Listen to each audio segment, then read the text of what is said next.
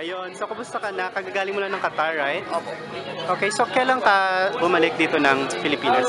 Nung 21 po. Okay. Can you officially announce kung sino yung mga kalaban mo sa URCC XXX?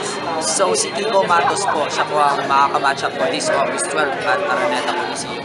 So officially confirmed na ni Sir Alvin or? So, opo, kanina, confirm na po yun sa aming press conference. So, I will just see what are the next things to do. Yun na nga po.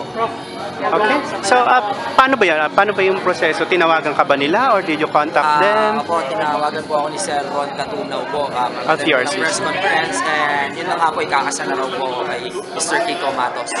Okay, congratulations. Pwedeng invite mo yung mga fans na manood sa August 12. Ay, yun nga po, sa mga MMA fans po na gustong-gusto nyo po nanonood ng bakbakan, real action, and drama. Ito po ang perfect para sa inyo, URCC XXX Araneta Coliseum this August 12.